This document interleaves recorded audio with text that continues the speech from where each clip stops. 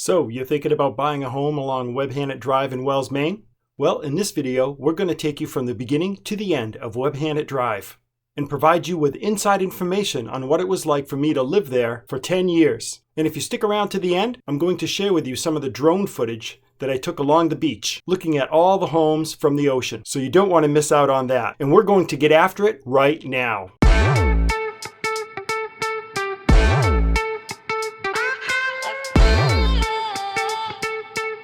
Hey guys, my name is Michael Patterson, and if you want to learn everything there is to know about living in southern Maine, then click subscribe and tap the bell so that you can be the first to know about the current market in southern Maine. We get calls and text messages every day from people just like you looking to move in 9 days to 90 days. Just give us a call, shoot us a text, send us an email, or our favorite, schedule a Zoom. We're happy to help you make that smooth move to southern Maine.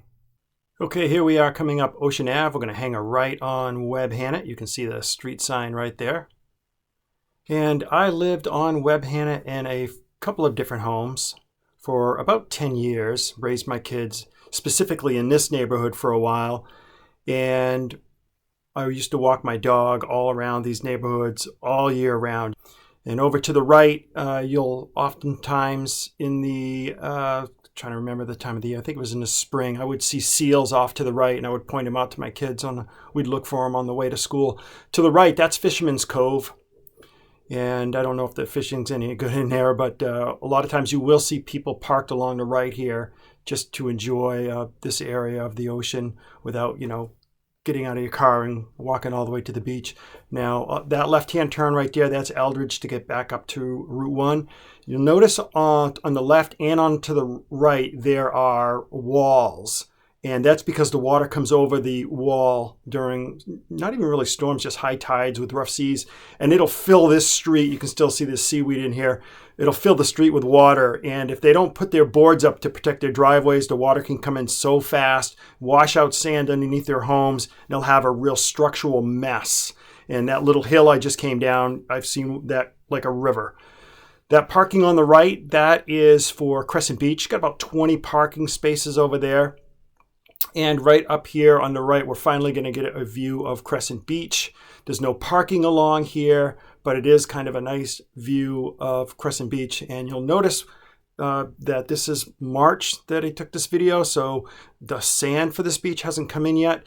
This guy's place on the right obviously took some heavy damage on the last storm, and this whole area of the street can turn into a kind of a stream when the water's coming over the wall so fast. And that structure on the left there, that's the Sewerage Pump house for the beach, all the way from the furthest end of Atlantic Ave to the other end of Ocean Ave. It comes down to there, and then that pump house goes down 40 feet in the ground. They froze the ground to put that in, and it pumps it up Eldridge to get to the treatment plant. So on the right-hand side of these houses are ocean front, and the water from storms will actually come over the wall between the houses carrying rocks and things like that and really make a mess. And that'll pretty much going to happen every winter. So that's something to consider if you're looking at real estate in this area. Now these houses on the left, I know they're really small, but they still go for, $500,000, $600,000, $700,000, $800,000. You notice that this one right here on the left is getting lifted up because obviously, water's higher tides we're noticing in the area.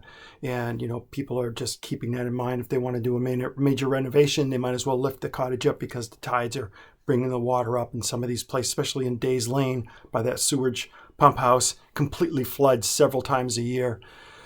All right, this is the end of Webhannet. That's the arcade on the left. Forbes is up on the right with more public parking to get to the beach. And that will take you down to Atlantic Ave. Okay, let's start with the southern end of Crescent Beach. You'll notice that blue house took a beating from the last storm. Pretty much all of these houses get hit really hard by waves when the storms are really coming in. Some of the houses, you notice there's not a lot of rocks in front of the seawall. That's because the DEP will not allow that anymore. You can't add rocks. As we move to the right, you'll notice that sand is starting to build up on some of these seawalls. That just started happening in the last 10 years. Also pay attention to what's going on behind even these new seawalls. Notice there's a lot of washout in there.